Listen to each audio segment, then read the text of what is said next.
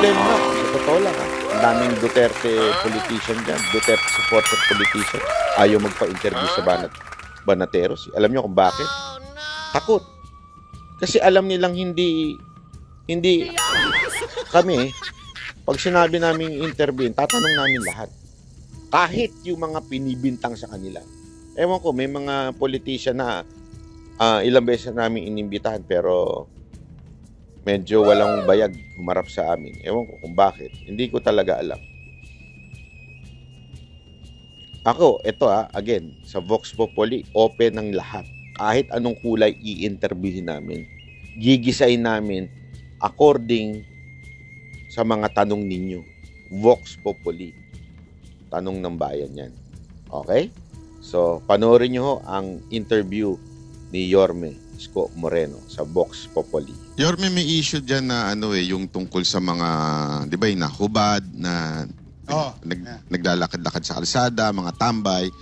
May mga issue na ito daw ay anti-poor lang. Kasi napakarami pa rin daw ngayon sa Malate, especially sa Malate, na mga illegal na mga Koreano na nagdodroga sa loob ng mga JTB, KTB. Ay hindi sila pinupuntirya, pero yung mga nakatambay lang, sila pa ang pinupuntirya. Parang ang iniisip tuloy ng iba, bago kami yung hulihin ninyo, na nakaubad lang naman kami, wala naman kami ginagawang krimen, bakit hindi unahin yung mga galugurin nyo yung mga club doon, na kung saan, doon mismo sa loob ng club, tumitira sila. Good point, no? Banat, mamaya, pwede ba i-tip mo sa akin kung saan yung club na doon tayo mag-club? Oo. Hindi. Hindi ko ito tolerate yun, lalo na droga. Alam mo naman, mapagpanting din ng tenga ko pagka usapan ay droga. But with the new rules about mga nakaubad, hindi ko masyadong iniintindi yun nowadays kasi nasa krisis tayo. Mas inuuna ko muna, paano ko ba maitatawid, maiibsan, mapapagaang Sana all. yung hirap na dinaranas ng tao sa kasalukuyan dahil sa krisis. So more than anything else, ako ganoon. Ngayon, halimbawa naman, if there is right information about they're doing it in Manila, itong mga Koreano o Banyaga o Pilipino, kahit sino, isulat mo mamaya sa akin yun, kakalawitin ko yan. Hindi, we are certain about our rules. We try to be certain in as much as we can. But yung mga hubad-hubad, hindi ko masyado pinapansin except yung 55-55. Ordinance 55-55. Yung magiinuman sa kalsada na walang permiso. Kasi minsan pinapayagan naman natin, lalo na kung may mga birthday, dala ng mahihirap yung kapitbahay o yung mga kababayan kong iba, sa labas na lang sila naghahanda. Una, mainit sa oblo, sa eskinita. Ako, I grew up with them. Di ba? Tayo, eskinita, lalabas ka talaga eh. Doon maghahanda, magte-tent. Tapos maya-maya, alam mo naman ang Noipi, kakaraoke. Habang nagkakaraoke, tumatangga. Yun naman, nag-aastama sila ng permiso. Kasi hindi naman pwedeng overnight. But, like, hanggang madaling araw, yung alang-alang nila, binubuga pa nila. Kasi nakakapamerwisyo naman ang kapwa. Other than that, hindi ko masyado siyang pinagkakaabalahan ngayon. Curfew at 55-55. Yung curfew, kasi iniiwas ko naman yung mga bata sa posibleng mabiktima ng, alam mo, away bata, away kalsada, away kapitbahay, o kaya baka mamaya may mga masamang loob na itong mga minor de edad nasa peligro de ora, nasa kalsada pa. So, in our own little way, being a father of the city, we wanted to extend our love and understanding and care sa ating mga minor de edad. Yorme, maraming nag-comment ngayon sa social media. Balikan natin ng konti yung politika. Sure. One, medyo bumalimbing na daw kayo. Dahil dati bumabanat kayo kay Marcos. Ngayon, tila parang pinopromote daw ninyo. Ano masasabi nyo dito sa mga nagsasabi sa inyong bumalimbing na daw po kayo? Oh, yung balimbing, depende yan. May matamis, may maasim. Nakain niyo na ba yun? Wala akong ganun. Action Demokratiko ako eh. At ang tinakbo ko po yung mayor. Noong nagkalaban-laban kami sa pagka-presidente nung araw, may mga bagay na nasabi na. Bagamat yung mga nasabi, ang taong bayan ay nagpasya na. Talo ko, Olats. 31 million voted for him. Now, if you really believe in democracy, you recognize 31 million. Ay, ganun lang kasimple. Di tapos na. Tingnan ninyo. Maghanap kayo. Ito, magandang challenge. Doon sa kung sino yung nag-comment. Maghanap kayo ng mga salita. Simula nung naulat sa ako pagka-presidente. Ang dami ng iskandalo na nangyari. Ano yun? Yung issue na sibuyas, asukal. Naalala niyo yun? Yung mga unang... asukal asukal, sibuyas, lahat. Anything. Mga ano. Alam mo, 5-5 dinudot sa akin sa mikropono. I never made comment. Why? Ginagalang ko yung 31 million na mamamayan bumoto kay President Bongbong Marcos. Siya binoto eh. Demokrasya yun eh. Di tapos na ako. Wala kayo narinig. Mangyari ba? Naalala nyo yung kwento sa Maynila, nagsigawan ng tao, bumalik ka na. So I listen to... salamat naman. 65% of the people of Manila voted in our favor. Ayun. Mayor na ako. Presidente si Bonget. Mas komportable ka sumisan pagka si Bonget ang tawag namin, but with due respect kay President Marcos. Anong ginawa ko? Nakipagtulungan. Para ano? Para ba sa politika ko? Unang-una, wala naman ako ambisyon na. Pangalawa, hindi naman kami magkakontra. Presidente siya, mayor ako. Nataon pa, ito mas masakit. Mayor ako ng Manila. Hindi naman ako mayor ng Quezon City, Pasig, Taguig o Makati. Ang Manila is very unique because we host the seat of power. Malacanang, nasa Maynila.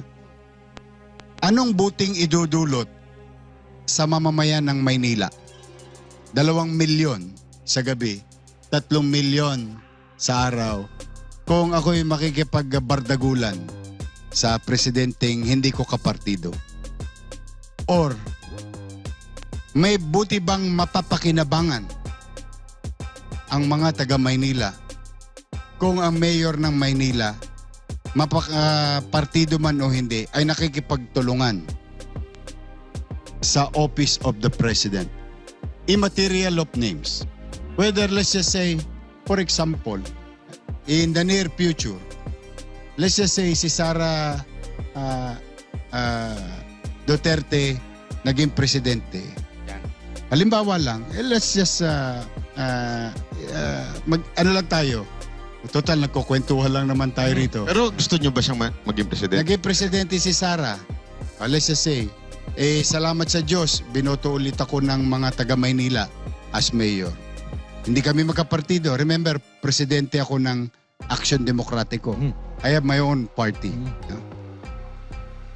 Makikipagbardagulan ba ako sa kanya? Most likely, hindi rin. Why? Una, binoto siya ng taong bayan. Siya ang binoto ng taong bayan. Igagalang din natin yung boto ng taong bayan. Makikipagtulungan din ako sa presidente in that future. Or let's just say, another person, para hindi na tayo, yung two warring group lang. Let's just say, napagpasya ni Secretary John Vic na tumakbong presidente. Yan. Naging presidente siya. Hindi mangyayari yun. Hindi, pero kwentuhan na lang. Kwentuhan lang. Usapan lang. Di mangyari ba, makikipagtulungan din ba ako? Yes. Pagpalagay natin si Leni Robredo, naging presidente, tumakbo, naging presidente. Makikipagtulungan ba rin ba? Makikipagtulungan ako. Pero Yorme, Kumbaga, generally, I will do the same whoever sit in Malacanang because one, I am the host city. Yes. That's the uniqueness of us. Two, we are a struggling city. I cannot lie about it. Lahat ng uri ng tulong hihingin ko. Maniwala kayo, ipanghimod ko ang taong bayan. Then so be it. Hindi ko ipanghihimod ay pagkakatimawa ang sarili ko. Dahil magagalitan nanay ko, babango sa libingan niya yun. Kasi sinabihan ako ng nanay ko na huwag ako magpapakatimawa. Pero kung taong bayan ang pag-uusapan, bakit hindi? Why? Tumakbo ako, salamat sa Diyos, sa tao, nanalo, para maglingkod. Hindi para makipag-away. Correct. Yun ang aking obligasyon. Now, I may be wrong about it. Then, if that is wrong, I'd rather be wrong. Addressing 2 million mouth. Especially ngayong krisis na ito. Yun ang punto ko lang So dyan. talagang ang focus nyo yung mga taga Maynila. Parokyal. Pag tinignan mo to sa mga politiko, yung analyst, masyadong parokyal yung mindset ko. Okay. Because wala naman akong pakialam sa kanila sa taas. Diyan na lang kayo sa ibabaw. Magsabunutan kayo dyan. Basta todits kami. Hindi to. It's not because I don't care. It's just that may kanya-kanya tayong boxing. Tapos may kanya-kanyang arena. Yeah? Jay. Si Mayor, si Chua, kamusta na kayo? Okay naman. Si Joel went to me and with his man enough. Went to me with Erwin Cheng. Mga non-party mates ko to nung nakaraang eleksyon. Pero mga atabs natin yan nung araw. Kaya lang, masaya naman ako. Nagtagumpay sila sa buhay, di ba? Tapos ngayon, napawalay sila sa akin nung nakaraang eleksyon. Siyempre, hindi mo rin masisi dahil atabs din natin yung naging mayor. Pero, naghihingi naman sila ng pasensya. Ako naman, bakit hindi? Si Jesus nga nagpatawad eh. Pero Yorme, Sino pa kaya ako? Pero, mikwi daw yun. Mikwi daw yun. Tinuluyan ko pa rin yung mga dapat kong itama. Nakita nyo naman. Wala naman so nagbago. ngayon existing yung, kasi di ba may nakita kayong mga katiwalian na nangyari. Nagdemanda kayo. Nakademanda yun. Yung So tuloy pa rin yun. Nakademanda yun. Hindi naman matatapos yun. Pati yung yung mga naging kasapakat doon sa pamiminsala ng pera ng Maynila. Yes. Nakademanda yun. Because kasi sabi ko, 'di ba, nung naalala mo yung yung State of the City address, I will dedicate 98% of my time recovering fiscally and physically the city of Manila. 2% of it or 5% of it will go after them. So ibig sabihin, ginampanan ko yung tungkulin ko, hindi siya pag-aakusa. Akusa lang, yung laway-laway lang. Technical, nakakuha kami ebidensya, pinail namin sa ombudsman. May isa nakapile sa ombudsman, isa nakapile sa korte, regular court. Ang dami nila. Nakakaso yan. Yes, nakakaso So yan. tuloy siya. Oo.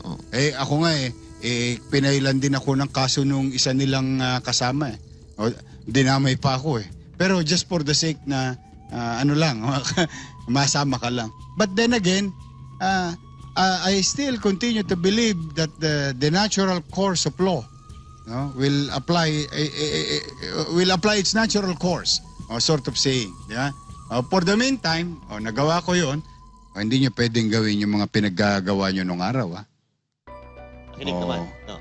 Awa naman ng Diyos. Awa naman ng Diyos. In fairness to them, I have to give it to them also. Protektado yung mga taga Maynilang nanonood. Pumanatag kayo. Wala hong hindi ko po mapapayagan. Walang biro. Oli. Ito, Panat. Yama. You can check the record. 2022, 2023, 2024, 2025. Lahat hinabol ko. ng what you call contractor's tax. You can check my Facebook. You can check the news. Lahat nung nakita ko nung araw, hinabol ko within the ng batas, no? Ayoko naman kasing umabuso eh. Alam mo magkano kinita natin? Lalo ka na, taga Maynila ka. Alam mo magkano kinita natin? 260 plus million sa contractor's tax. See? O sino nagbenepisyo? Taga Maynila. O masaya na akong ganun. O nung nagbayad sila ng buwis, o binigyan ko sila ng permiso. O gawin nyo yan. O sa takdang araw na isinasaad doon sa lituntunin ng kontrata. O tama ka, Oli. O ayun. Awa naman Diyos, nakinabang kami. 200 mahigit milyones ang nahabol kong tax. Na what you call contractor's tax. Saka ito, luma luma itong pinaghahabol ko. Yung iba naman, ongoing. Yun natapos na rin dahil nakabayad siya. Saka nakakita, nagtatayo ka ng building, walang building permit. Sige nga. Yung katulad yung comparative mo kanina, yung nakahubad. Yung huli. Tapos yung posibleng nagdodroga, hindi na huli. Ganito rin yun. Yung kapitbahay mo nagpapagawa ng bahay, nakaipon ng kaunti, yung dingding niya, ginawa niya ng pader. Tapos sisingilin mo ng building permit. Pero yung mga kontraktor, hindi. Hindi naman po pwede yun. So, nadali naman. Yun naman ang para doon sa nagtanong. Pero Yorme kanina, nabanggit niyo yung about sa krisis. Sinasabi kasi ng palasyo na wala pa tayo sa krisis. Ano pong masasabi niyo doon? Sinabi ni Presidente, krisis na tayo. May mga confusion lang siguro sa mga message ng ibang ahensya. Pero very specific si Presidente. I was there. And I heard it from him na may mga challenges tayo sa nangyayaring krisis na to sa Iran at Amerika at Israel. So ibig sabihin, Yorme, sinungaling si Auntie Claire. Hindi ko alam sa inyo. Hindi ko alam kung sino nagsabi nun eh. Kasi sinasabi ko, yun ang galing kay Presidente Marcos mismo. Dahil I was there. Marami kaming conversation eh. Talagang alam mo ito di ba pababa na kami. Di ba yung SM kahapon? Yes. Yung isang araw. Pababa na kami sa Sagdan. Ihatid ko na siya sa Chikot eh. Doon sa Siruan. Sabi ko, ako, at least ngayon kahit papaano yung mga taxi, pare, kawawa naman yung mga middle class. That's the exact word of President Ferdinand Marcos Jr. Wala na tong sugar coating That's the exact word. So, he knows. Ang hirap pa sinungalingan nun, lalo na tenga ko, maaliwanag pa naman siguro ng tenga ko, no? In fairness, I have to give it to the President. He knows that there is crisis. So how do you rate the President with regards to this crisis na nangyayari? Well, I cannot rate him on the basis of the entire country, no? Kasi I cannot see what's outside of Manila. Yes. But if you ask Manilans, ako personally, I'm really grateful. He's really addressing it. The way we request, the way he acted, the way yung mga initiative niya, tumatama kami. Ito na naman tayo, Dada. Parokyal na naman ang dating ko. Kasi yun talaga eh. Hindi Pero ko pwede Yorme, ipagsinungaling yun. Tapos na yung laban eh. Hindi ko pwede ipagsinungaling yung isang bagay na natikman namin mga taga Maynila. Now, with Metro Manila, I don't know. With buong Pilipinas, I don't know. I cannot attest on something that is, I am not a witness or not experience the situation. The same thing what we're experiencing in Manila. In terms of yung tanong ko, yung corruption. Kasi syempre, sa Manila, okay yung Manila, no? Kaya lang, syempre, yung presidente ng Pilipinas, marami mga Pilipino outside Manila na nagsasabi na affected sila sa corruption na isinasangkot yung presidente. And we are sure, mag-agree kayo dito na pati mga taga Maynila apektado rin doon. Ano ang stand nyo doon sa mga corruption issues na ibinabato sa presidente natin? Well, if there is one thing that I've been seeing is that left and right cases are being filed. That's the way to do it. We are a country of laws, men of laws. We cannot put the law in our hands. And if I can assess what is happening at patungkol sa mga nag-aabuso at nag-abuso at walang politiko na matino na katanggap-tanggap yung ginawa ng iilang individual na siya namang napaila na ng mga kaso. And that's the way to do it. Now, that's the first part. We go after them. The second part is that like Vince Dizon, Secretary of DPWH, and other secretaries is now coming up with a new system. A new system wherein wag na maulit to sa anak natin. So, Oli, sa'yo, sa anak mo, may anak ka na, di ba? Wag na maulit sa kanila to. Tama. Now, we have an opportunity to do something today. We, today. Kaya nga Those naman- in government like me and others, we have to really come up with a system that this thing, the flood control scandal, should not happen again. It may happen at some level of corruption. Baka may innovation eh. Oh, uso nga yun, scam sa text eh, di ba yun? Oh, nag-innovate na scammer ngayon. Ang budol ngayon, ano na eh, nasa text na eh, di ba? Oh, nag-innovate eh. But itong sobra naman kasi talaga. Talagang hindi katanggap-tanggap. Oh, dapat makagawa ng sistema. Now, again, to add up to those people who committed, di ba nag-hearing ngayon, Sandigan Bayan, Ombudsman, Korte, and so on. That's the way to do it. I think he's doing a good job about this, going after this. Now, ang tingin ko, ang inaasahan ngayon, hulaan ko lang hula ko lang naman to. Baka pa naghahanap ang taong bayan ng iba pang isda na dapat makalawit. Yung mapapanagot. In the way naiintindihan ng tao na sa tingin nila sino pa ang naging kasapakat. Yung humawak sa kawali. Yun. Ito, Yorme, ito yung tanong ng taong bayan. Lalo-lalo na yung mga tagasunod ninyo. Kasi ito si Yorme, iniyakan ko to nung nung kumpanya dahil magkasama kami nito. Simula't Olats tayo. matapos. Olats tayo. Pero itong tanong na to, hanggang ngayon, ini-imagine ko pa rin to eh. At ini-imagine to ng mga tagasunod ninyo.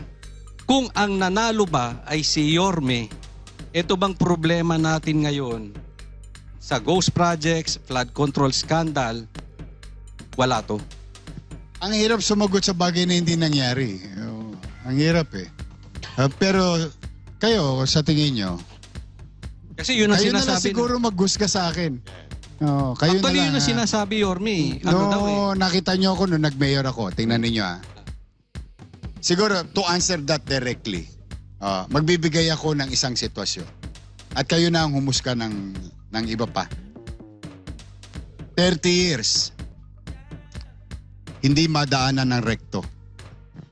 Ang Waluna. Ikaw, tama, holy child ka na sumasakay ka ng Waluna Divisoria, di ba? Hindi nadadaanan. Di ba yung first term ko, pag-assume ko July 1, July 3, bukas na ang rekto at Waluna. 15,000 obstruction. Done. 30 years problem. Nawala. Kaliwat kanan pa nun ng PPP. Pantawid Pamilya. Offer. Kaliwat kanan nun. Nag-umpisang mga paiwatig nun. 2 million a day. 5 million a day hanggang matapos. Ano nangyari? Nalinis. Natanggal. Tanong, nakabalik ba? Kasi sabi ko, pag nakabalik sila sa rekto, Soler, Juan Luna, magduda na kayo. Tumanggap na ako. Di ba? Ay siguro that answers your yun na lang. Ganun na lang. So, Mas bahala na kayo mag-gusto. Yorme, tanong, meron po bang ghost project sa Maynila na na-discover kayo? Wala akong nakita, pero ang daming project walang building permit. Yun talagang Pero pinagigilan mga ko. ghost flood control, wala? Wala pa ako nakita. Wala pa. As far as I'm concerned. Kasi yung mga nakita namin, ang dami, di ba? Ang daming project, bilyon-bilyon eh. Bilyon-bilyon. Sabi ko, check mo nga yung engineering. Patingin niya ng mga building permit. O wala. Yung kay Abante. Kaya umabot ako hanggang 2022, 23. Hindi mo napansin, hinabol Kasama ko. po ba ito yung sa yung Lahat building sila, ng- lahat. Wala na akong papangalanan.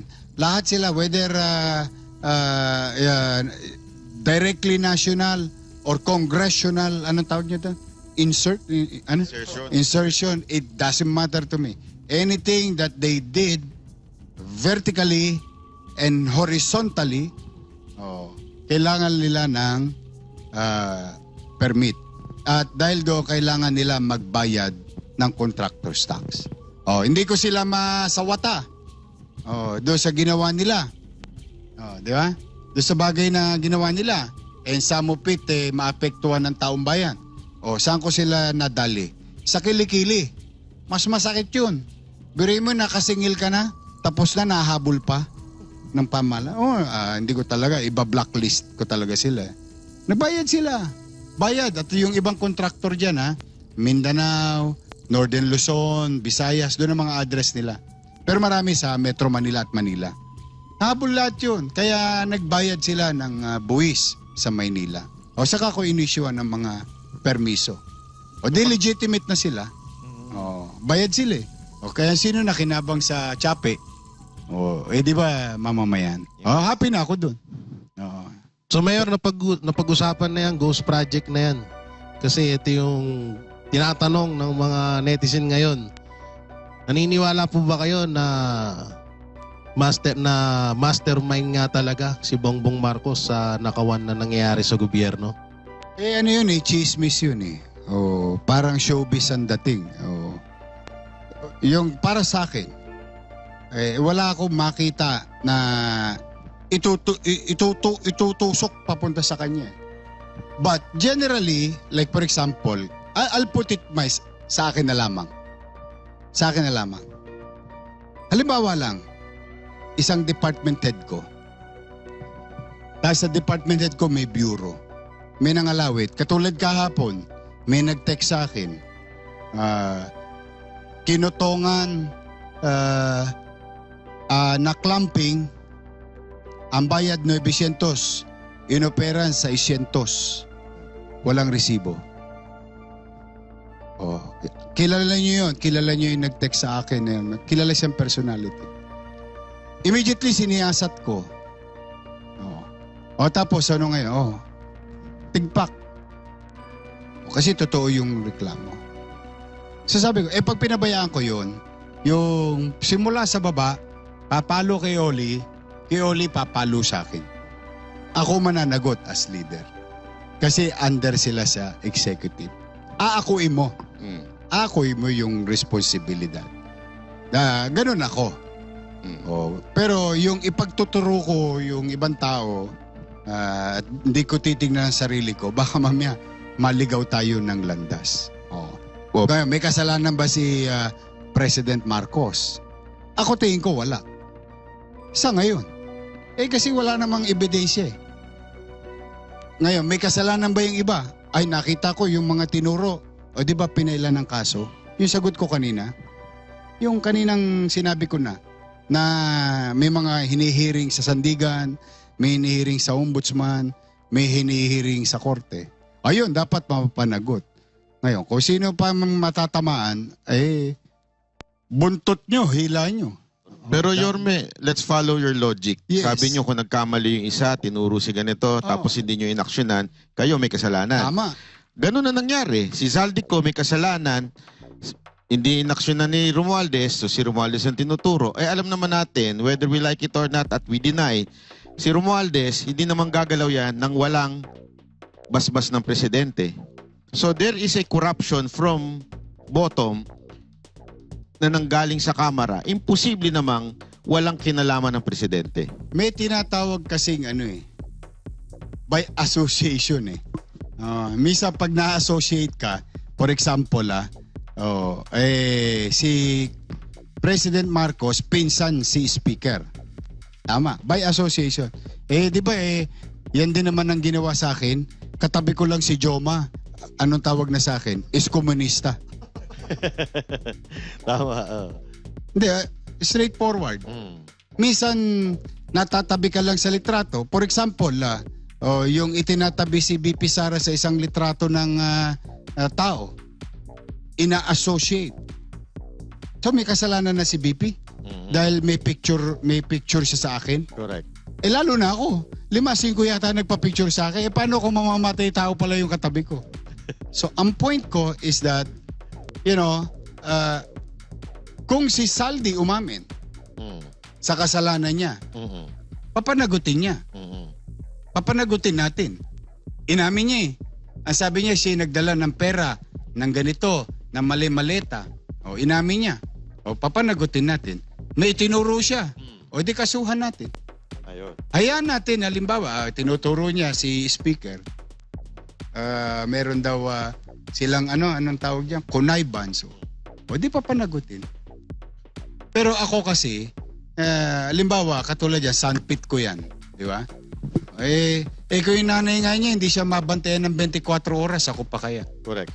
So they may be guilty of something or they may be not guilty of anything. Di ba?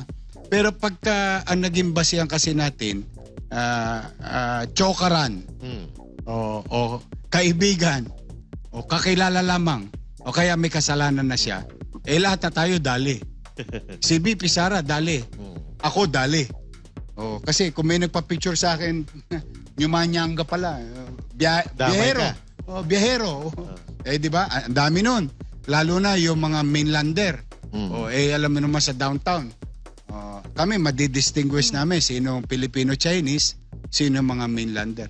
But we are public officials. Yes. Kaya ako talaga sa totoo, sa akin lang kung yun ay applicable kay President Marcos na maaaring may ginagawa yung iba na hindi niya alam.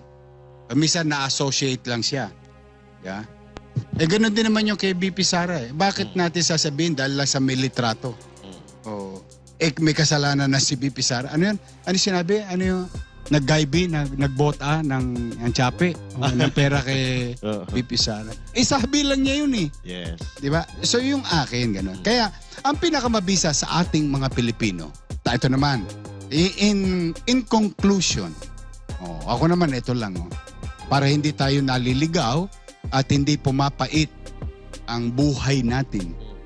Kasi minsan, nakakainis talaga dahil nakakakonsumi, hirap na nga. Tapos ito pa balitang naaabutan mo, di ba? Tira dito, tira doon, point A to point B, 90 million. Nung hindi na-discover, point B to point A, 90 million ulit.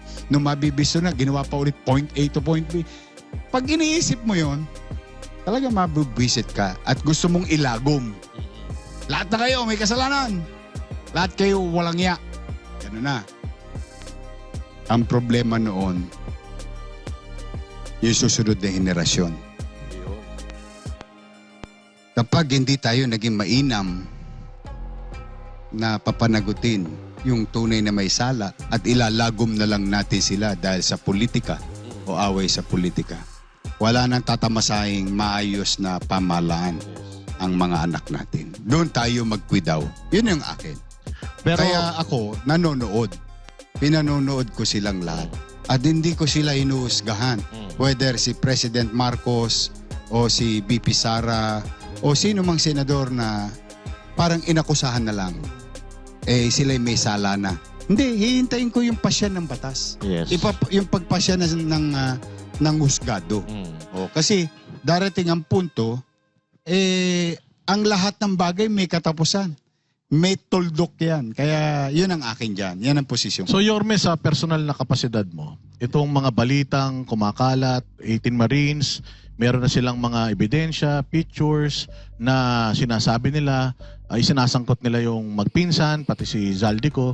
Sa personal na capacity mo, do you put weight doon sa kanilang mga ebidensya or sa kanilang inaakusa? Meron kasing tinatawag na occupational hazards. Katulad kami, maaring akusahan na lang ako isang araw. Kayo, ikaw, na MBI ka. Inakusahan ka na lang bigla. Di ba? Di ba, ang sakit ng masakit ang pakiramdam. So it can happen to us, all of us, in our profession. Kaya ako, hanggat maari, sa gulo ng mundo, sa hirap ng buhay ng tao, kung talagang halimbawa, ikay may hawak na ebidensya, instead na i-press con mo, file mo ng kaso. I-file mo talaga, ituluyan mo at hayaan mong husgado ang magsabi kung ang hawak mo ba'y mabibisa, kung ang akusasyon mo ba'y tama. Kasi that's the way, in a civilized world, in a civilized time, we must be guided by law and order. Because politics is part of government. And I cannot allow my grandchildren someday to see we in government keep on accusing each other every now and then of something else or bad things just for the sake of destroying one person or pulling somebody's feet para ikaw ay umangat. Tapos nasa laula na ang pamahalaan. Hindi pwedeng pumalpak ang gobyerno. With all honesty. Hindi pwedeng pumalpak ang leader. Kasi nakasalalay dyan ang buhay ng tao. Sa pang-araw-araw, pambukas, at pangmatagalan. Kaya ako, ngayon, pinanonood ko lang because we can learn from these mistakes, situation, or incident in our life. So that in the next generation, in the future, we can assess it properly. For the meantime, I will let the natural course of law apply its own So, Yorme, you're not saying na totally clean si Presidente Marcos? Eh, ang tanong ko nga, hindi ko nga masasabi kung ako, baka mamaya may kumakalawit din sa City Hall nang hindi ko pa alam. I have 20,000 people under my command. At totoo yung sinabi mo kanina, Banat, yung same logic. Pag may isang nangalawit sa kalsada ron, yung alam, nangotong na lang. Nangotong na lang. Pananagutan ko sa taong bayan yun. O ngayon, pabaligtarin ko, palalakihin ko. Bari mo, presidente ka? Ilang rehiyon? O regional director? Provincial director? LGU director? Secretary, assistant secretary, and their offices. So, mahirap bantayan. Mahirap talaga bantayan. But it doesn't mean we have a bad president, we have a bad vice president, Senate, or Congress. It may, at some point, di ba? Across, even mayor like us. Hindi naman ako perpekto. May mga pagkukulang din ako sa buhay. But ang importante, maramdaman ng tao na may gobyerno siyang masasandalan. More than anything else. May tanong ako. Sure. Kung meron kang gustong sabihin kay President Marcos, meron kang gustong sabihin sa kanya, Ayo, marami pa ako sinasubmit eh. meron kang gustong sabihin, meron kang okay. gustong sabihin sa kanya. Ano yun at bakit? Ay, yung aking mga pangarap para sa mga taga Maynila. Lagi ko sinasabi pag if I have opportunity, marami akong marami akong nakalinya para sa mga taga Maynila. And I was like taking opportunity, and even I will do the same with the Vice President Sara. Kung may pera halimbawa may pera si Vice President o si Senator, Senate President, yung may pondo sila, halimbawa, hihingan ko rin. Ipe-present ko rin yung programa. Kung meron man ako sasabihin, ipanghihingi ko pa rin yung mga taga Maynila. Yun, tayo, ipanghihingi ko kayo. Anong makabubuti para sa inyo? Ikaw na isa sa 2 milyong Manileño. Pero alam nyo iano ko lang muna kasi ngayon sobrang polarized talaga ang ating bansa. Sobra. As in, sobrang polarized nga, pati kami sinisisi Sinasabi dito na kesyo, bakit daw kami pumapabor sa iyong opinyon? Hindi kayo pumapabor, tinatanong nyo lang ako. Ipaalala lang natin, tayo po ay nagtatanong lamang kay Yorme. May iba kaming opinyon, nananatili pa rin ang aming opinyon na ang mastermind ng lahat ng korupsyon na ito, walang iba kundi si Marcos. So, yun ang aming opinyon. Kung iba man ang opinyon ni Yorme, Tama. opinyon niya yun. Tandaan ninyo, ang bansang Pilipinas ay marami ho itong kanya-kanyang city. Marami tayong kanya-kanyang abalahin. At si Yorme, ang abalahin niya, Maynila. Wala na siyang ibang abalahin kung hindi Maynila. At ako din naman, magagalit din naman ako bilang isang Manileño kung yung kanyang mga constituent ay hindi niya nabibigyan ng tulong. If, sabi nga ni Yorme, if the only way para makatulong siya ay through humimod, gagawin niya. Kasi nga, para sa mga taga-Maynila. Kung gusto nyo na maano yung mga sinasabi namin about sa korupsyon, doon kayo manood sa mga YouTube channel namin. Dito kasi nagtatanong opinion kami. ni Yorme. Oo. Dagdagan ko na rin na ako agree na si Bongbong Marcos ay guilty. Dederechoin natin kasi baka sasabihin sa tingin ko 'yun. Kaya lang hindi ako bisita. Hindi naman ako tinatanong eh. Tama. Ako tanungin mo ngayon tungkol kay Bongbong. Tingin mo Magnanakaw ba ba may siguro? laman yung bigas na binuhat niya? 10 kilo. 'Di ba? 10 kilo yun. Hindi, tama ho yun, ha? Tsaka, Kanya-kanya kami ng opinion. In fact, noong kanina yung sinabay kayo kung nanonood kayo nung umpisa, tinanong talaga ako ni Banat, sabi niya, pwede ba kitang tanongin kahit ano? Anything under the sun. Kasi may guess kayo, sasabihin ko yung aking paningin o paniwala, and most of it, yung sinagot ko, experience yun. May ano na yun, may karanasan, incident yun sa buhay natin. Pwede naman magkaibigan kayo ng magkaiba opinion kasi sa katunayan yung kasamahan ko, kaibigan ko, yung vlogger, nandun yun eh.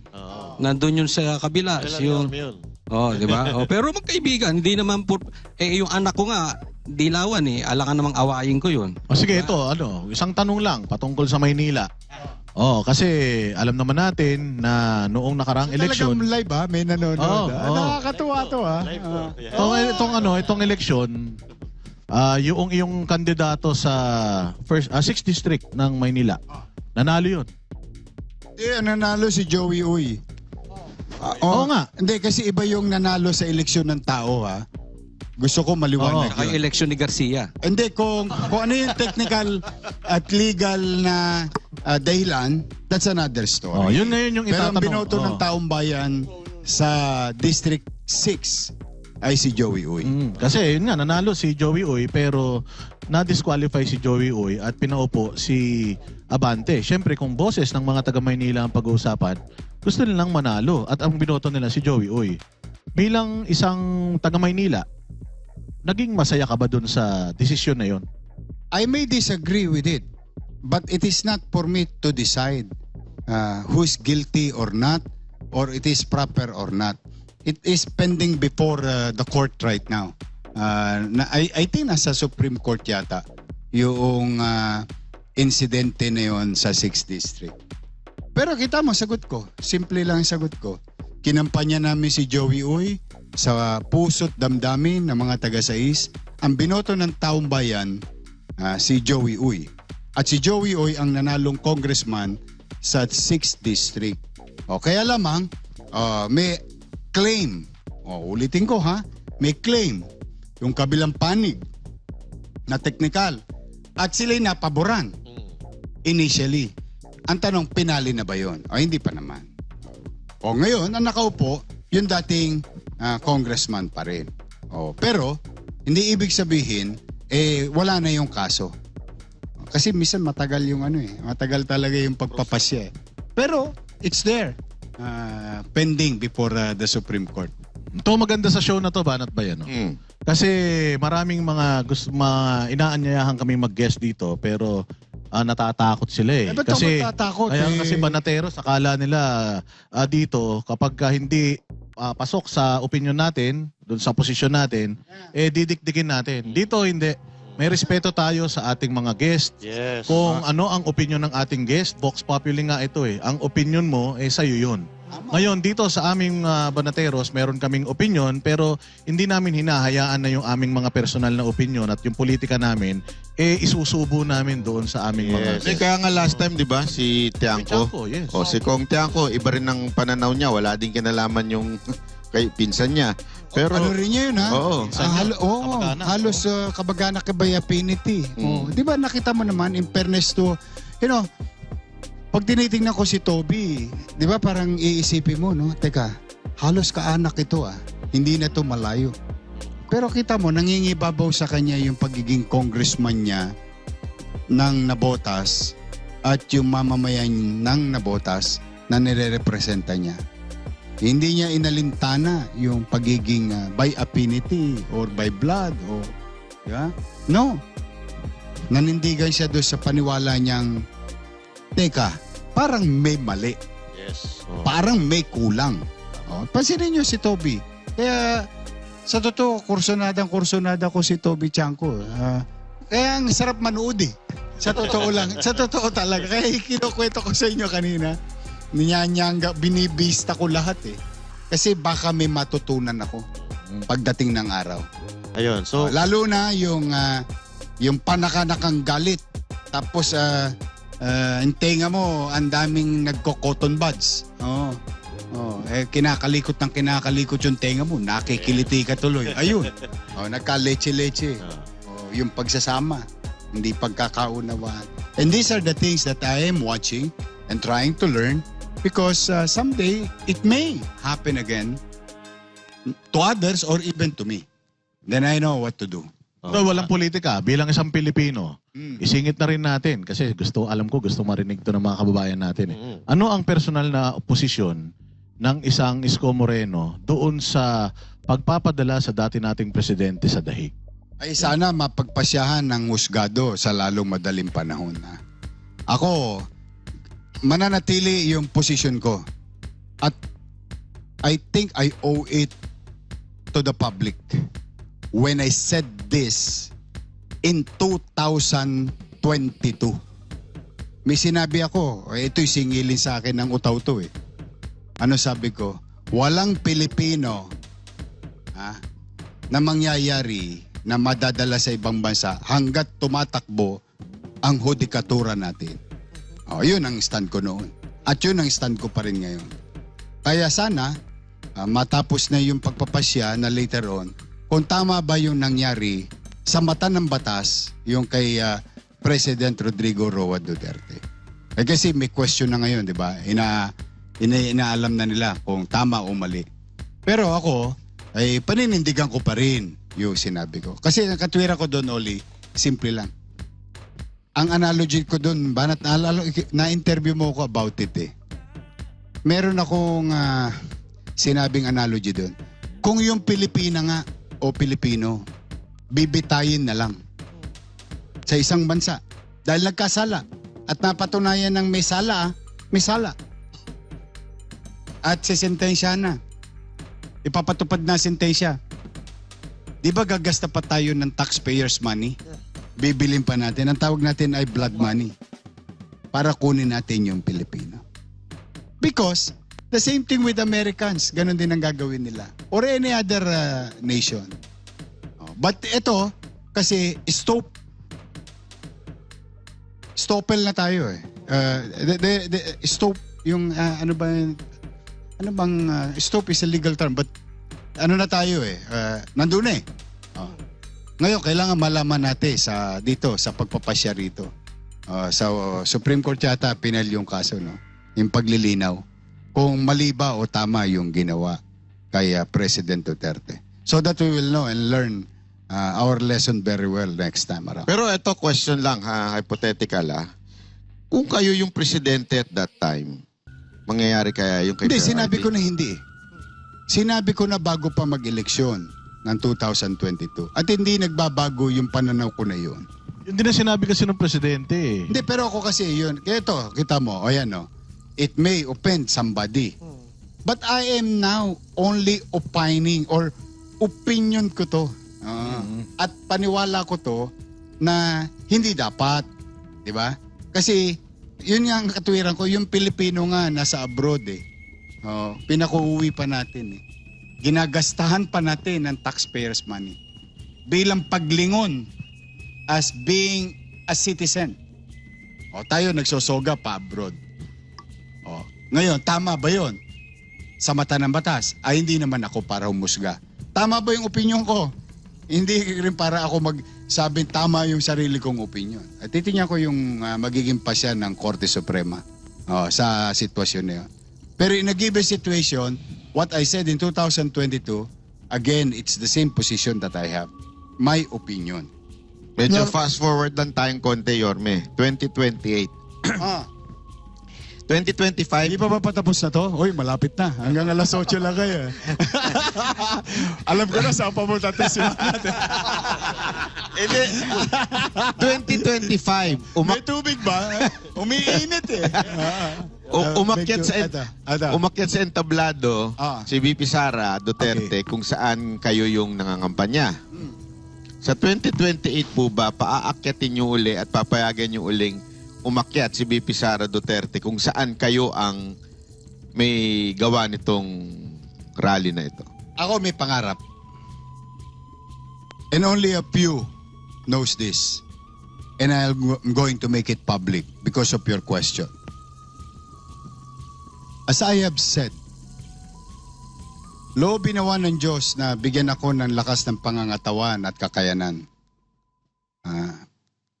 Fiscally, to improve the lives of the people of Manila and Manila itself. I will do so. And to the point that come 2028, let's just say, because your question is hypothetical, tumakbo si VP Sara. Tumakbo pa yung isang kandidato. O tumakbo pa yung isang pang kandidato. Let's just say, ako talaga ang pangarap ko, kung wala silang kandidatong mayor, halimbawa, walang kandidato si VP Sara o sige, pangalanan na natin yung mga nag-aasam. O si VP Sara, o si Leni Robredo, o si John Vic Remulla, o si Risa. Sila kasi ngayon yung mga possible front runner, di ba? For the presidency and vice president. Let's just say wala silang kandidatong mayor sa Maynila. Welcome sila lahat sa Maynila. Pero sino Tatayo yung... ko sa entablado ni Sara, tatayo ko sa entablado ni John Vic, tatayo ko sa entablado ni Leni, tatayo ko sa entablado ni Risa, and so on and so forth. Why? Why would I do that? Let's just say, ba't mo gagawin yun? Ayoko nang idama yung 2 milyong Manileño sa politika. What's there for them? What's in it for them? Pero yun, ano ba ang kapakinabangan? Hindi, yun lang naman yun. Parang Switzerland ng Maynila. Parang ganun ang gusto ko. Tayo ka sa lahat ng tablado. Gusto mo kami pa gumastos bilang aksyon demokratiko. Pero sino itataas mo? Ay, that's another story. Sino yung your best I'll choice? cross the bridge when I get there. Di ba? Pero kung halimbawa nga ganoon, ipararamdam naming mga taga Maynila na sila'y malugod at mainit na tatanggapin ng mga Manileño.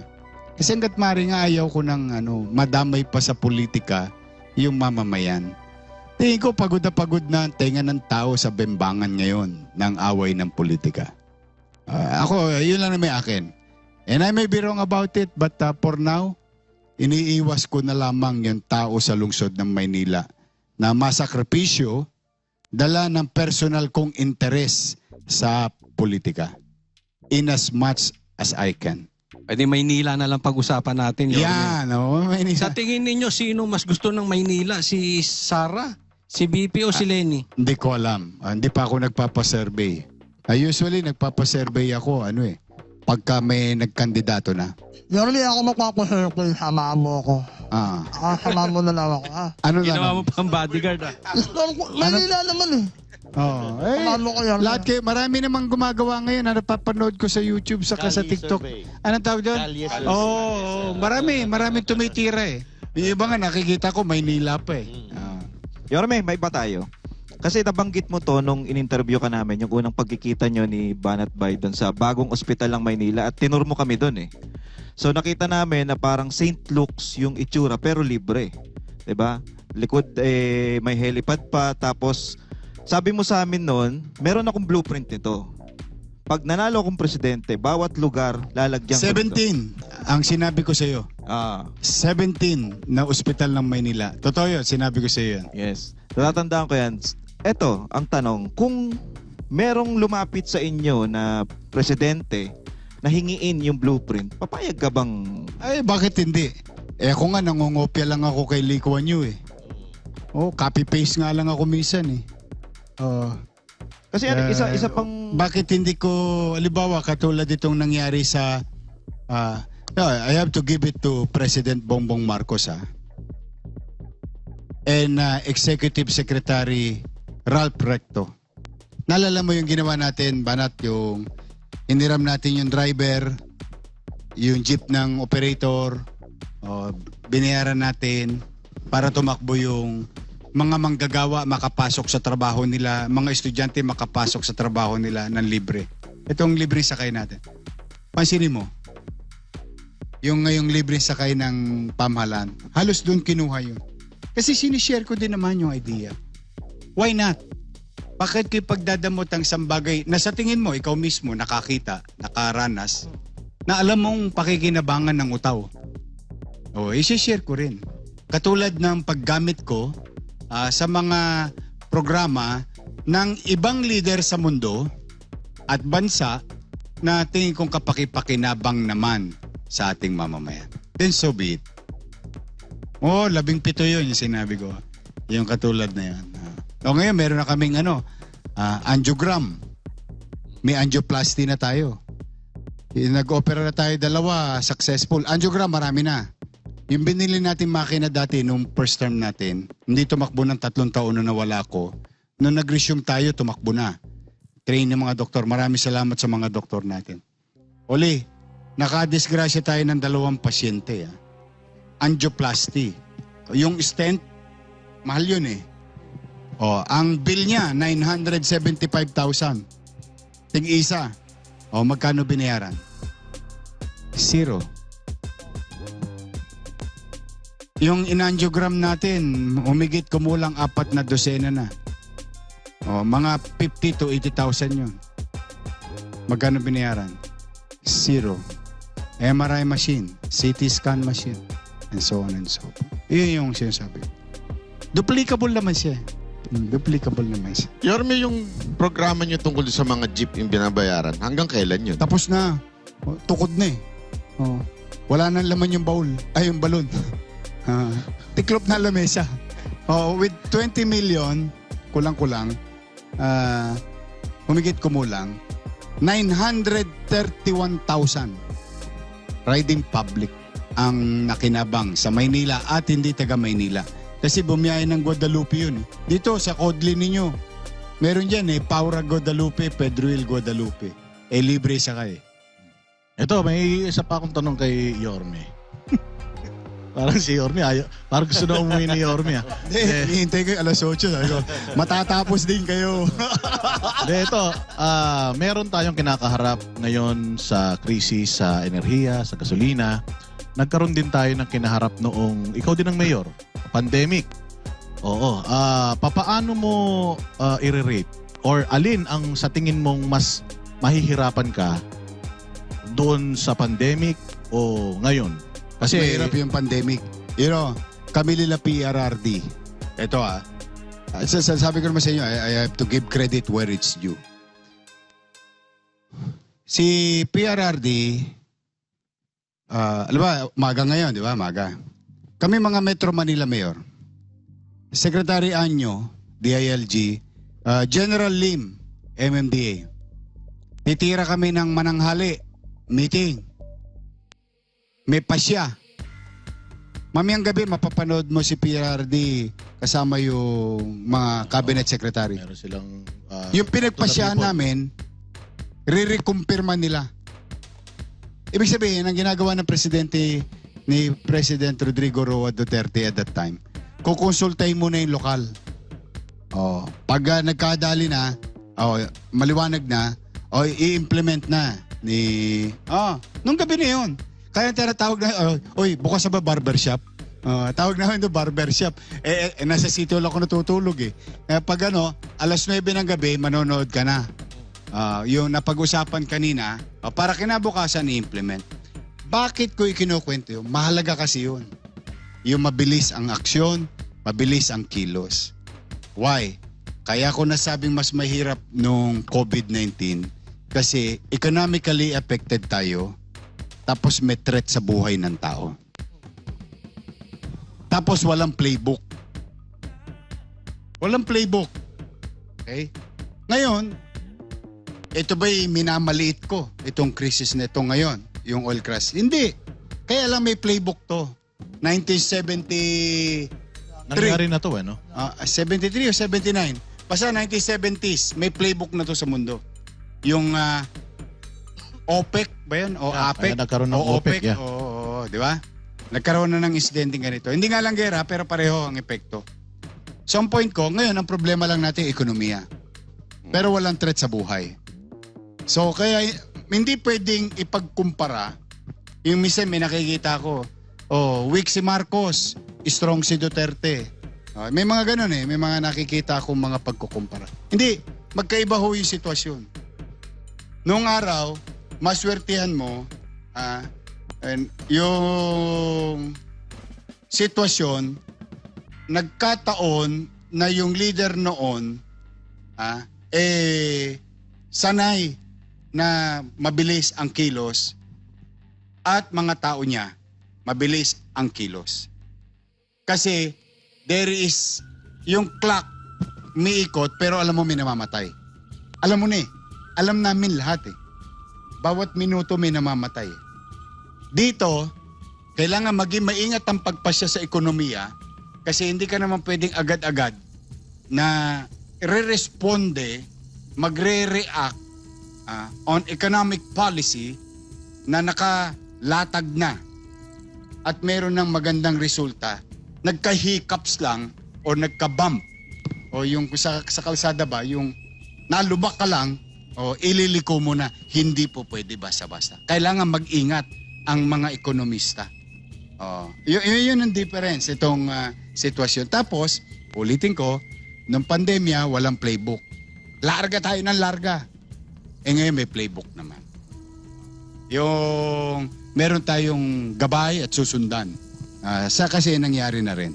Agree naman ako sa inyo, Yorme, na mas mahirap noon panahon ng COVID. Mahirap. I cannot imagine PRRD managing the country at 100 million.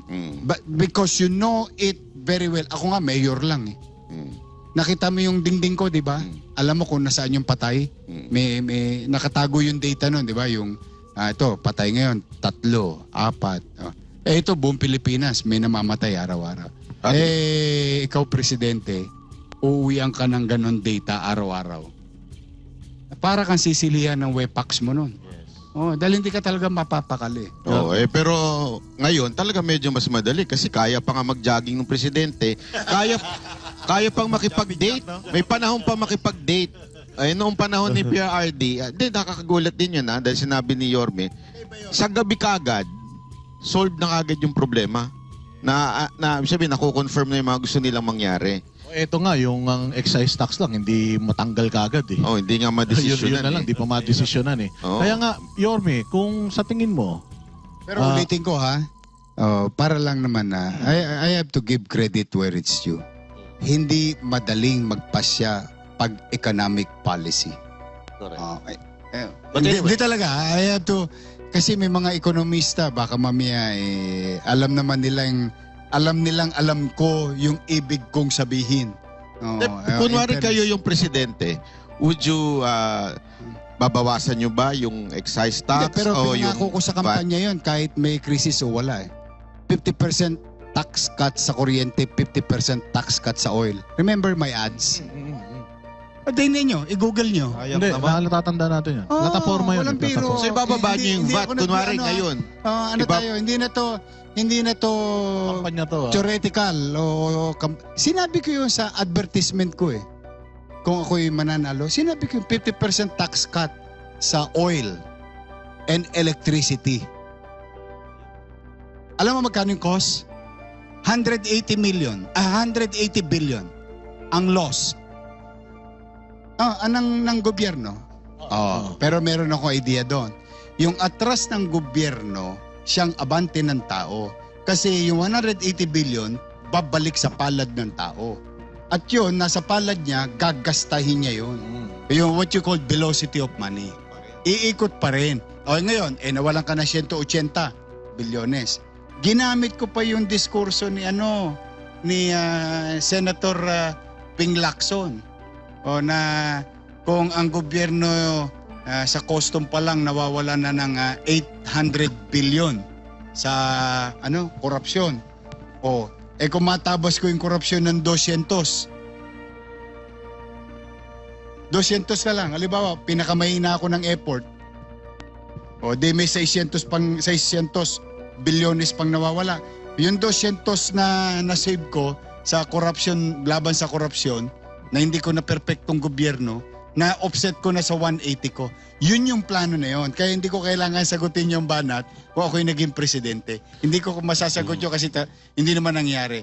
But just stating a fact that I made mention during the campaign in 2022 as a matter of promise, and one of my economic policy na gagawin ay 50% tax cut sa kuryente, 50% tax cut sa krudo. Ganon yung with calamity or not. Bakit? Ang malalim na dahilan ko doon is to compete with FDI or what you called foreign direct investment. Bakit? Kaya tayo tinatalo ng Vietnam, ng Vietnam, ng Indonesia, at iba pang mga kapitbahay natin sa Asia. Ang mura ng kuryente nila eh. Kaya yung FDI, o ibig sabihin, nagtatag ng pabrika which produces jobs. FDI produces jobs. And there are two types of investment to our country. The soft one, who can fly in and out anytime, or the FDI, which produces more certainty and economic growth that provides jobs and opportunity. Ayun yun. Para i-compete ko unti-unti. Kumbaga, mangangalawit ako sa Pacific Ocean, no? Na, alika Todits, dito na kayo, mura kuryente sa amin, mura crudo sa amin. Kaya meron yung upside, ang laki ng upside no. Ayun yung pangako ko no. Kaya hindi ko na kailangan sagutin. Kasi olats naman ako eh. Kaya hindi ko masabi kung ako presidente. Yome, sa foreign policy, anong masasabi mo naman sa current foreign policy ng administrasyon? Kasi may Chinatown ka. Sa Maynila, sa Binondo. Ano sa tingin mo itong Wala akong xenophobia na nangyayari ngayon? Wala namang bisa ang salita ko eh. Kasi local politicians ako eh. It doesn't care. I mean, what's the point of saying something like that because it is not within your jurisdiction and control? But as far as Manila is concerned, no? Sa Maynila, lahat welcome. Ang hindi lang welcome, Tolonges. Now, ang Tolonges, Pilipino, Manileño o Banyaga. Pare-pareho ang approach natin sa kanila. Pag sila'y nagkamali, that's another story. Pag sila'y gusto maghanap buhay, naku, welcome na welcome sila sa Maynila. Red carpet. Mayor, kanina napag-usapan na rin yung about sa COVID. So may gusto ko lang ako tanong na at sinabi nyo rin na napakahirap nung dinanas talaga nung COVID na yan at alam naman ng buong Pilipinas yan. Yung panahon ng COVID at panahon ngayon, yung utang ng Pilipinas noon, nung panahon ng COVID is nasa halos 4 trillion lang kung di ako nagkakamali. Sa buong termino rin po yun ni Pangulong Duterte. Sa panahon mo ngayon, is nasa halos 8 trillion na pong naidagdag sa utang ng Pilipinas. Pero kagaya ng sinabi nyo, mas mahirap ang nangyari ng COVID kaysa ngayon. Ano pong magiging komento nyo dyan? No, alam mo, marami tayong inutang ng COVID Gusto ko lang din itama. Baka lang hindi natin napapansin. No? Hinango din yun ni President Marcos. At ginawa yun ni PRRD para iraos tayo. Never ako Ewan ko ba bakit issue ang utang ng gobyerno? Hindi ko alam I don't know. Baka mali ako pero but still I continue to believe ang gobyerno ay hindi savings bank. Kapag nakakarinig kayo ng leader na I don't want to offend anybody but I just have to state a fact. Hindi para mag-impok ang gobyerno, lokal o nasyonal, ng salapi o buwis ng taong bayan. Hindi yun sinadya, hindi yun ipinagkatiwala ng taong bayan sa mga leader at tagapagpatupad ng mga programa sa atin, yung pera na yun para ilagay sa bangko at patubuan. Dan di po ako naniniwala. Kahit sa Plaza Miranda, tatayo po ako. Ngayon, masama bang umutang ang gobyerno? Hindi rin. Hindi rin po. Amerika, mayaman. Super yaman. Amerika, malakas. Malakas. Super lakas. Israel. And so on and so forth. Europe. Nagkanda baon-baon sila sa utang. Kasi you need to stimulate the economy. A peso spent today is better to spend a peso earned today is better to be spent better to spend today than the same peso that you're going to spend tomorrow. Because natural ng inflation. Ano na 'yon? Mura na 'yon. Kaya ako naniniwala whether President Ferdinand Marcos Sr., President Cory Aquino, President Ramos, whoever, all the presidents. This is part of governance. Normal yun. Ang masama, siguro baka mali lang yung pagtingin natin kung paano natin tatanong. Ginamit mo ba ng tama? Yun. I think doon siguro Hindi, tayo kasi- magtanong, di ba? Tingin mo, Tayo nagamit Hindi ng tama, Yorme? Ibig sabihin, wala tayong ituturo, lahat tayo manonood, tama ba ang paggasta ninyo? Yung paggasta nyo ba'y bumalik sa amin bilang mamamayan? Kasi kami rin na magbabayad niyan naturally, through taxes yun. Kaya doon mo pinapapanagot yung mga leader. Kaya Yorme, napapasana all yung mga nanonood. Sabi Bakit? nila, parang yung Maynila lang daw ang ang kasi nga mayor siya ng nag-ROI. Maynila. Kung presidente siya ng Pilipinas, iba na dapat. Hindi kayo nakinig sa amin eh. Hindi, Makikinig kayo sa Banateros eh. Hindi, kasi ganito yan. Ah. Ito punto ko lang dito. Si Yorme, hindi siya political vlogger. Huwag natin siyang kuhanan ng pampolitikang nasyonal. Siya ay mayor ng Maynila. So dapat Maynila ang focus niya. Kung hindi niya ginawa ang trabaho niya sa Maynila, asahan mo lahat kami babanat. Ginagawa naman niya yung, kaya nga tinatanong namin siya sa programa sa Maynila na maaaring may matutunan yung ibang lugar kasi ang dami na nagrereklamo, yung iba ang bagal. Kung napansin nyo nga sa unang intro pa lang ni Yorme, pagkarinig niya na nagkaroon na ng gera, over the weekend, bilis kilos talaga. sumagot na kagad sila, naggumawa na ng steps. Yung iba hanggang ngayon, wala tayong nakikita. Bakit?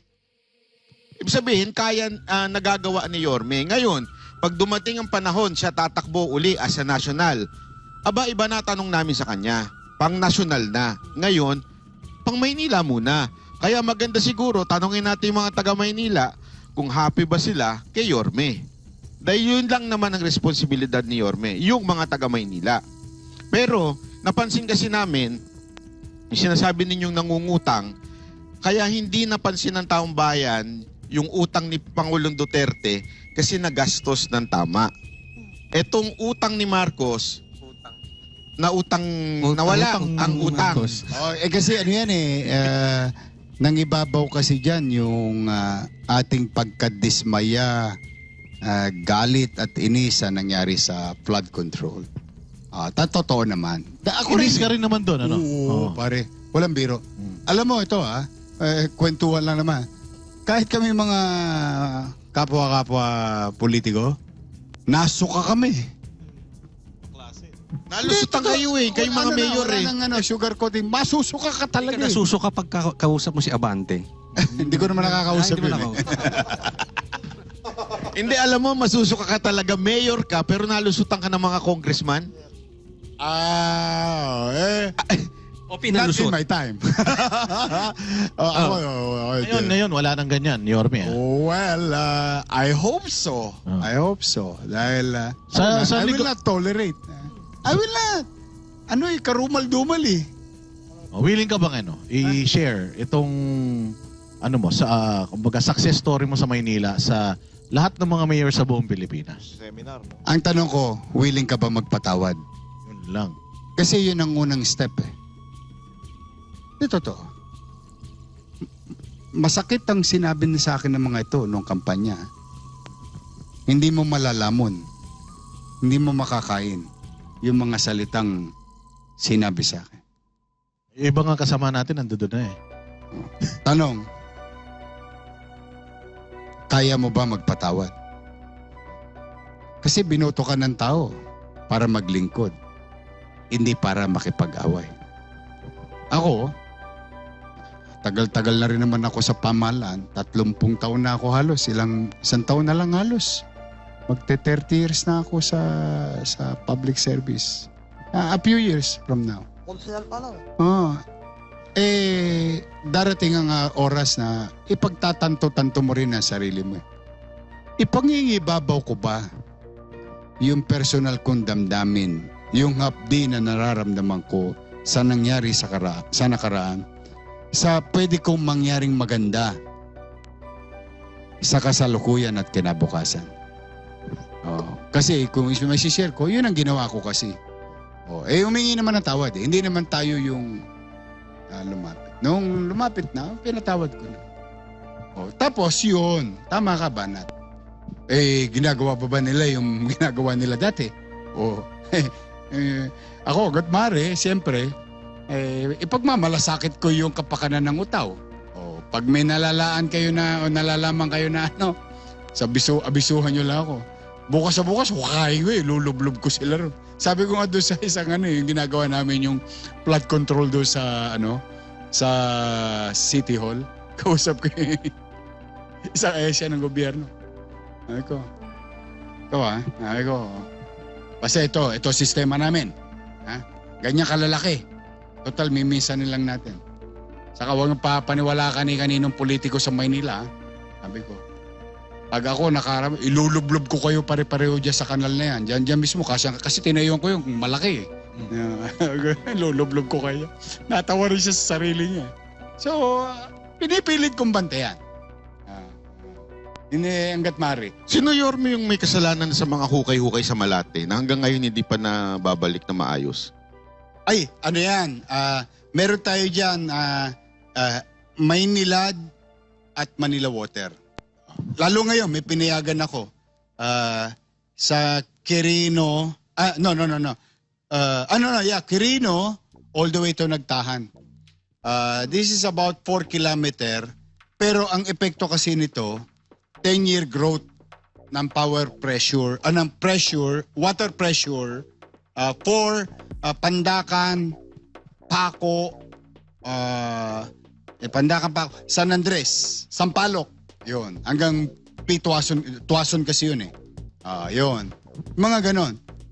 Marami dyan kasi puro pinalalaki ang mga water o pinalalakas yung water pressure. Kasi nga nagtaasan na yung mga kondo. Kawawa yung mga utaw doon sa mabababang bahay. Mauubusan sila ng tubig sa pressure. And these are the things that are part of the development. Okay lang ako ron. Di baling traffic, ito ako, ewan ko, tanong yung mga taong bayan. Di baling traffic dahil may construction, pero kailangan may takda. May takdang katapusan. Hindi yung parang, teka, parang forever. Forever na hukayan to. Hindi, totoo. Minsan nararamdaman mo yung Jay, di ba? parang isipin mo. Sa akin, hindi. May takda. Oo. Kailangan. Pag sinabi mong 1,000 days, 1,000 days. Ilalagay ko sa permiso. Oh, pag sinabi mong 30 days, 30 days. Sige. Parang kabisado Solid. ni Banat ba yung Malati? Siyempre. Araw-araw Parang ko may doon. nadadala Doon sa yan eh. May show kami doon. Kaya, Alam mo, ha? Kaya alam ko, yung mga, bilang ko yung kusan yung yung mga dubak doon. Sado na. Pero na in Siguro, fairness ano na lang, wala ha? yung basura doon. Na nakakalat sa kalsada. Nakakalat talaga. Nakakahiya kasi sa mga Nakakaya talaga. sa mga Sa Japanese, guest, Korean, oh. Chinese. Foreigner puno yun eh. Naalala mo bago ako mag-mayor, may mga naka-display sa mga Korean restaurant in their language, mag-ingat sa mandurukot. Oh, so 'di ba na ang dami nun. Maawa ka sa mga negosyante. Noong nag-mayor ako, yun ang una ko pinuntahan kagad. Sabi ko, alisin niyo 'yan. I'll make sure na matatapos to. Yung arte, natapos na naman. Kaya nga ang gigil ko doon sa isang yung nanaksak nung gano'n, no? Tagal-tagal na walang insidente sa arte, eh. I mean, modesty aside, no? Hindi ko mabubuhat ang bangko ko, pero we're just stating facts. Hindi nyo sinapak yun, Yorme? Pagkatapos. Nung hindi naka-play yung Sana. Hindi, naawa ko sa babae. Pero sa totoo, alam mo, minsan makikita mo rin ang kahinaan ko, eh. Talagang makikita mo rin na tao din ako. Nanggigil ako doon. Namura ko ng... sa totoo na Akala yan. ko nga sasapakin nyo, sayang. Hindi, talaga. Nagdidilim ang panig. Alam mo bakit, Banat? Di ba nasa wakali ko yung biktima? Naramdaman ko na nginginig pa eh. Traumatic na traumatic eh. Kaya lamang, yun nga, inaano ko, pinipilit ko eh. Kaya lang, minsan human being ka din eh. Na ano yung sarili, restraint ba? Restraint. Baka pagkapatay ng camera, binanatan mo. Hindi. Human rights. Hindi. Kasi nga, yun yung sinasabi ko, we must continue to believe that the rule of law will apply its natural course. Di ba? Kumbaga, wala. Mahirap. Pero swak na to, Alam mo yung Mayor. pakiramdam ko niyan. Yung normal natin nung araw yan, ang sarap kulatain niya, nakaposas eh. Walang kapalag-palag yan, partida pa G, sa kamay. Kaya lang, Di tawagin nyo na lang kami.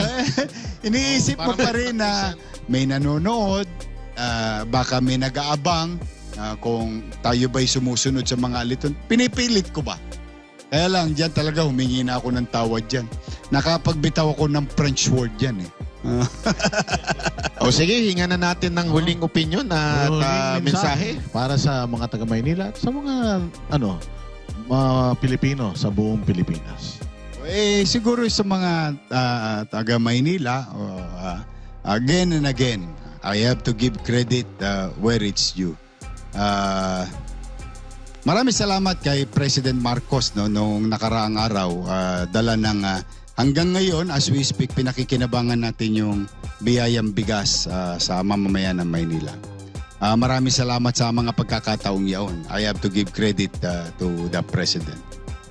To the people of Manila, ay pumanatag po kayo. Ay pipilitin ko pong magbuti lagi. In our own little way, pipilitin ko maging epesyenteng kayo mapaglingkuran. Bagamat limitado ang ating kakayanan sa ibang bagay, hanggat may mapipiga ako sa bimpo, ipipigain ko. Kaya po pumanatag kayo. In our own little way, pipilitin natin maging maaliwalas at panatag ang pamumuhay sa lungsod ng Maynila. To the SMNI, I thank you very much sa inyo. To the channel and to the officers and members of SMNI. To the Banateros today, thank you for respecting my opinion. Sa mga viewers po, natutuwa naman ako. Bagamat kami may mga pinagsamahan. Yung iba ho naman sa amin, nakasama namin pero nasa kabilang ilog. Nagtitinginan na lang kami sa pagitan ng tulay. Pero ngayon magkakasama kami dito. Ang isang ikinalulugod ko lamang, yung opinion ko ay nanatiling opinion ko. Hindi naman nila pinanghamasukan. Kaya natutuwa ko. Kaya sa Banateros, thank you very much sa inyo.